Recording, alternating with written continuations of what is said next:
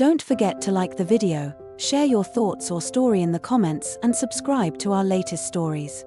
Before I start, tell me where you're watching me from. I wonder which cities and towns will join me in this memory that will follow me for years. It started as one of those grey, unremarkable mornings when life feels heavier than it should. The kind where even the coffee tastes dull, and the silence in your apartment feels too loud.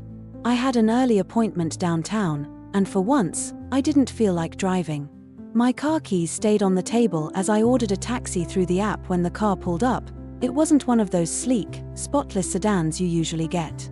It was an older model, the kind with slightly worn seats and a faint smell of pine from the hanging air freshener. I hesitated for a second, but something about it felt safe, familiar even. The driver leaned over and smiled as I opened the door.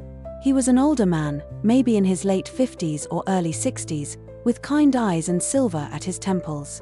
"Good morning," he said, his voice warm and calm, the kind of tone that feels like a hand on your shoulder. "Morning," I replied, settling into the backseat. For the first few minutes, we rode in silence, just the soft hum of the engine and the occasional click of the turn signal filling the air.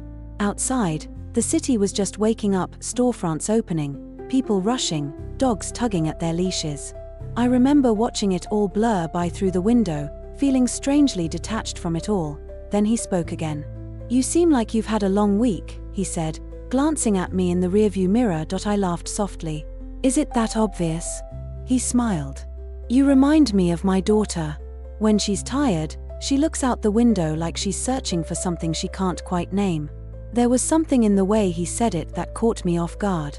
I wasn't used to strangers noticing me like that, noticing how I felt, not just what I said. We talked, first about simple things, the weather, the morning traffic, how unpredictable life in the city could be. But as the miles rolled on, the conversation shifted naturally into deeper things. He told me about his wife, how she used to hum old country songs while cooking breakfast, how they built a small garden together behind their house before she got sick. I listened quietly, my heart tightening at the way he spoke about her, not with sadness, but with gratitude. "She's been gone 5 years," he said, "but I still talk to her every morning before I start the car. Makes the days a little easier." I didn't know what to say, so I just nodded, my eyes stinging a little. Then he looked at me again in the mirror and asked softly, "And you? Who do you talk to when the days feel heavy?" The question lingered in the space between us.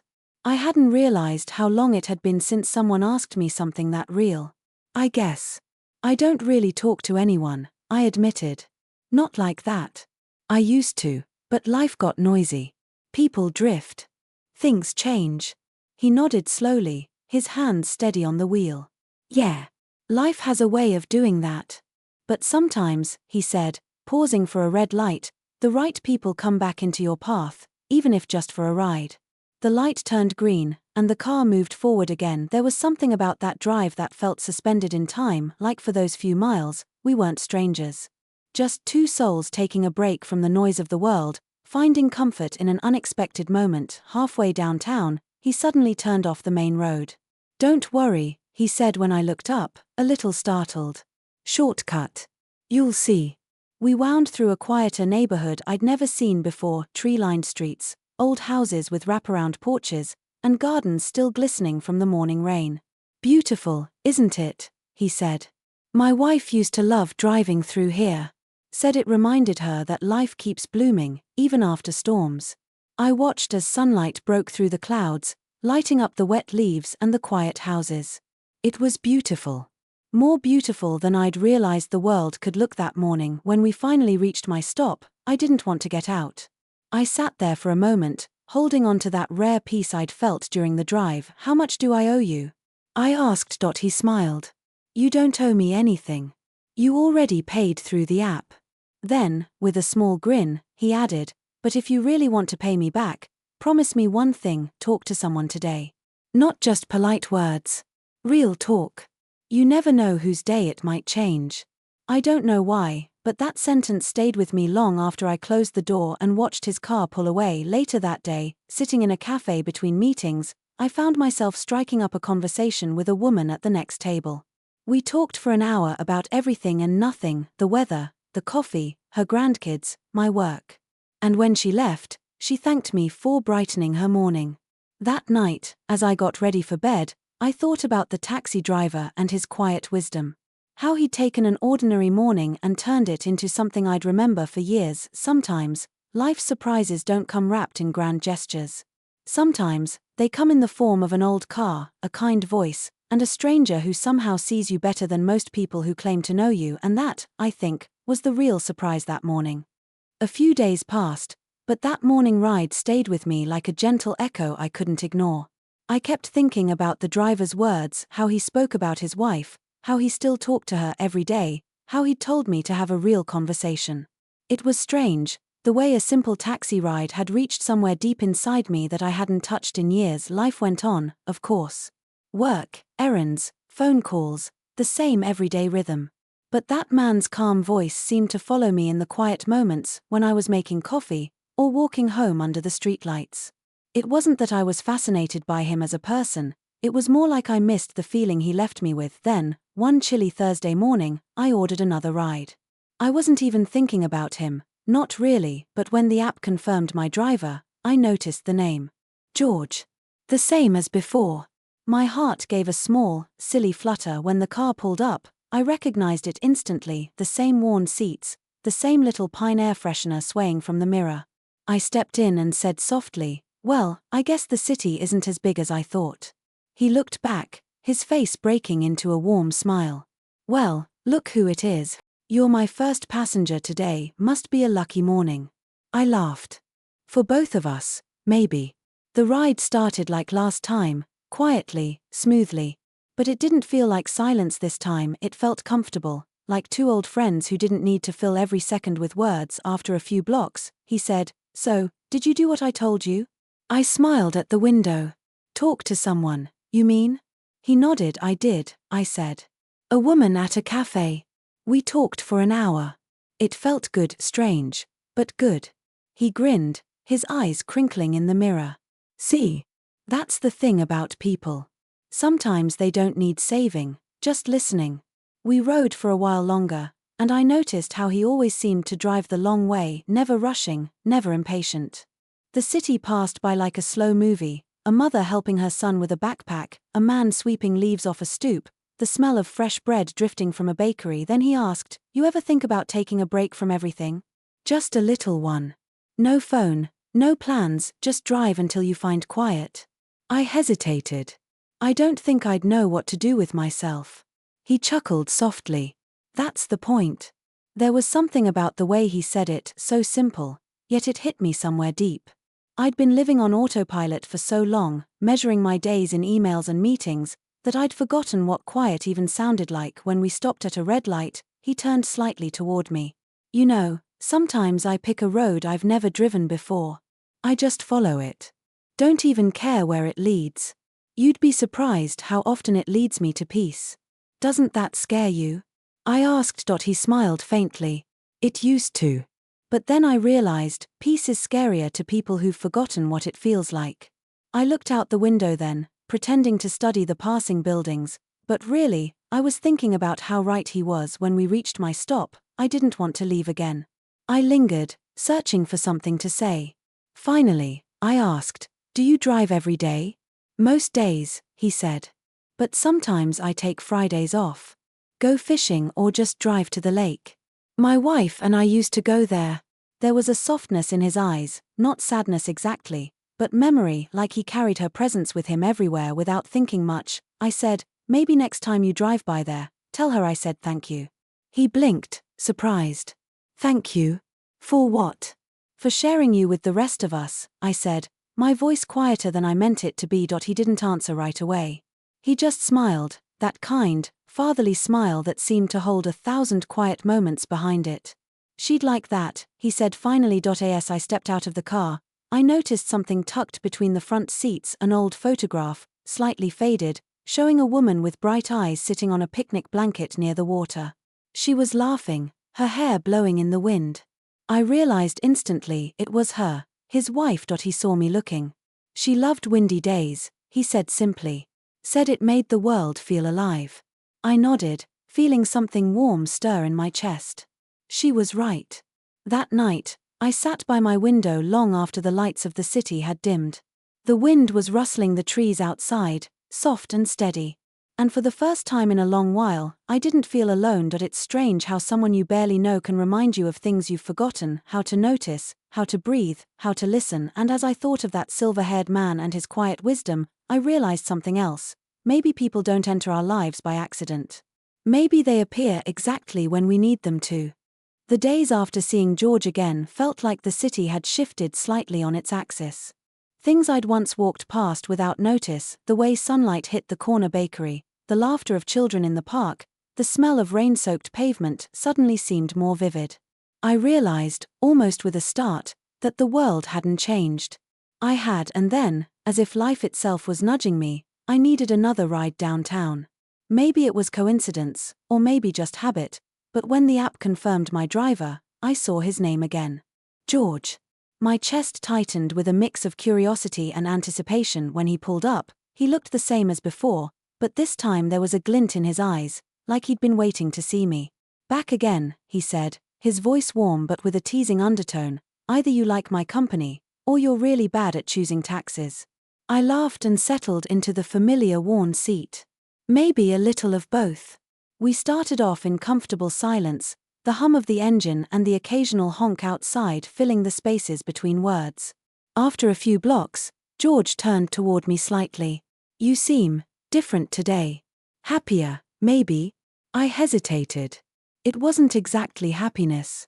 It was something quieter, lighter, more alert. I think I'm noticing things, I said. Small things I used to ignore. And I've been trying to talk to people, like you suggested. He smiled knowingly. That's progress, he said. It takes courage to start noticing again, to put yourself out there. As we drove, he steered through a part of the city I hadn't explored before, streets lined with old brick buildings, small gardens tucked between apartments, and corner shops that smelled of fresh bread and roasted coffee beans. He narrated softly, pointing out little details. See that tree? Oldest in this block. Been here longer than anyone, still lives around it. And that mural, painted by kids in the community center, looks rough from a distance, but up close, it's full of life. I watched and listened, feeling an unexpected warmth spreading in my chest. It was as if someone was peeling back the layers of the city, and perhaps me too, showing me beauty I hadn't known existed. Then, as we crossed a quiet bridge over a river, he spoke again. You ever feel like life passes too fast? Every day, I admitted, my eyes tracing the ripples of water below. I'm always rushing, meetings, deadlines, lists. I forget to just be. He nodded, his eyes on the road. Sometimes, you have to let someone else take the wheel, literally or figuratively, and trust that the journey is just as important as the destination. Something in that statement hit me deeply. I'd been controlling everything in my life, micromanaging the days, holding tight to plans that never felt quite right. And here was a man, a stranger, guiding me gently through both the city streets and, unknowingly, my own mind. We drove in a companionable quiet for a while longer. Then he said, almost casually, there's a spot I like, not far from here. Quiet. Trees, a bench by the water. Sometimes I go there just to think. I looked at him, curious. Can you take me there? He glanced in the mirror, smiling. Sure. Why not? We wound through winding streets, the city gradually giving way to calmer neighborhoods. When we arrived, I stepped out and felt the chill in the air, the faint scent of river and wet earth. The bench he had pointed out overlooked the water, where ducks drifted lazily and the sunlight sparkled like tiny stars on the ripples. We sat in silence for a while. He handed me a small paper cup of coffee, and we sipped quietly, the sound of water and wind filling the gaps between us. It's peaceful, isn't it? He said finally. It is, I admitted. It's more than peaceful. It feels like a pause I didn't know I needed. George chuckled softly. That's life's secret sometimes. You chase noise and excitement, and the quiet moments sneak up on you and remind you what really matters. I felt an unexpected gratitude swell inside me. Not just for the view or the moment, but for him, for his patience, his kindness, and the simple way he had reintroduced me to noticing, to being present, to connecting. After some time, we walked back to the car together. There was an ease between us, a trust that had formed silently, naturally. Thank you, I said softly, almost like I was afraid the words would vanish into the air if I didn't speak them. For what? He asked, though he already knew. For reminding me that life isn't just about surviving, I said, but noticing, and feeling, and connecting. He nodded, as if confirming something he had always known. That's what I try to do every day. Sometimes I succeed, sometimes I fail. But it matters to try. I smiled, feeling a rare calm settle over me. As I watched him drive away that morning, I realized how much he had changed my perspective, even in such small gestures and quiet words. And for the first time in years, I felt ready, not for adventure, not for success, but simply for life, in all its ordinary, extraordinary moments. It was a lesson I didn't expect to learn from a taxi driver, yet here I was, carrying it with me like a secret I wanted to savor forever. After that morning by the river, something inside me had shifted completely. Days no longer passed in a blur of routine and obligations. I noticed how the sunlight filtered through my curtains, how the city smelled after rain, how a simple smile from a stranger could unexpectedly lift my spirits. And yet, there was a part of me that kept thinking about George, the taxi driver who had become, somehow, a quiet guide through this new awareness I had discovered. It wasn't long before I found myself booking another ride. Perhaps it was habit, or perhaps a small hope that he would be the one to drive me again. And, as if life had a sense of poetic timing, when the car arrived, there was George, same gentle smile, same calm presence, same little pine air freshener swaying above the mirror. Back again, he said with a twinkle in his eyes. I'm beginning to think you're my favorite passenger. I laughed, feeling a warmth spread across my chest. Or maybe I'm just following the best guide in the city. The drive began as it always did, quietly, comfortably, with the city waking around us. But there was something different this time. I realized I was no longer just observing, I was participating. I was noticing the laughter of children playing in a small park, the careful way a shopkeeper arranged fresh flowers in his window, the way the wind lifted fallen leaves in tiny spirals along the sidewalk. George broke the silence. You're different today, he said softly. I can see it in your eyes. I looked out the window, brushing a hand across the fogged glass. I feel different, I admitted. Like I'm finally awake. I've been living on autopilot for years, and now it's like I'm seeing everything for the first time. He nodded, his hands steady on the wheel. Sometimes, all it takes is a little pause, a little guidance, and someone willing to see you as you are. Life's too short to miss the small miracles. We drove past familiar streets, but this time George took a different route, a narrow lane lined with old oak trees, their branches heavy with leaves glistening from the morning dew. I like this road, he said. It reminds me that even the smallest paths can lead to beautiful places. I felt a shiver of recognition in his words.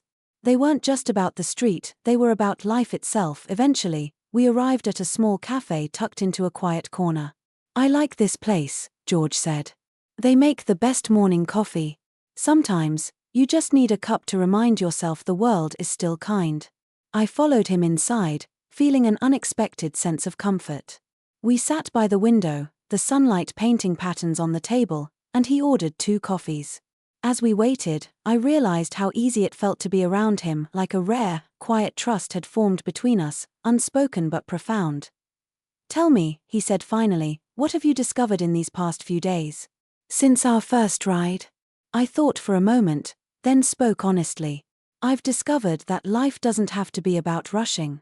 About lists, schedules, obligations. I've been forgetting how to just notice. And I think I've been forgetting how to connect with people, with the world, with myself. George smiled, leaning back in his chair. That's a rare realization. Most people never notice until it's too late. We sat in silence for a while, sipping coffee, watching people pass by on the street. And in that silence, I felt a profound sense of gratitude. Gratitude not only for the man sitting across from me but for the unexpected moments that had led me here, the early morning ride, the quiet conversations, the roads that curved unexpectedly through the city. When it was time to leave, we stepped back into the sunlight. I felt lighter somehow, more aware of the gift of ordinary moments. Thank you, I said again, softly but sincerely. For everything. For the rides, the talks, for reminding me that life is meant to be noticed, not just lived. George nodded, his eyes reflecting a warmth I would remember for years. It's the small gestures, the quiet presence, the willingness to see and be seen. That's where life's beauty lives. As I watched him drive away one last time, I felt a mixture of joy and bittersweet melancholy. He was just a taxi driver, yes, but he had given me something rare, a mirror in which I could see myself clearly, a reminder that the world was alive with small, miraculous moments, waiting to be discovered. That day, I walked home slowly, letting the city wrap around me. I smiled at strangers, lingered a moment longer at street corners, noticed the way the wind teased the leaves on the trees. And I realized that sometimes, the most unexpected surprises, the ones that change you in ways you can't measure, come not in grand gestures, but in quiet, unassuming moments with people who simply see you. And so, the memory of that taxi ride, of George, and of the quiet lessons he shared, would follow me for the rest of my life. An ordinary morning made extraordinary, a reminder that even in the bustle of a city, it's possible to find connection, presence, and profound growth.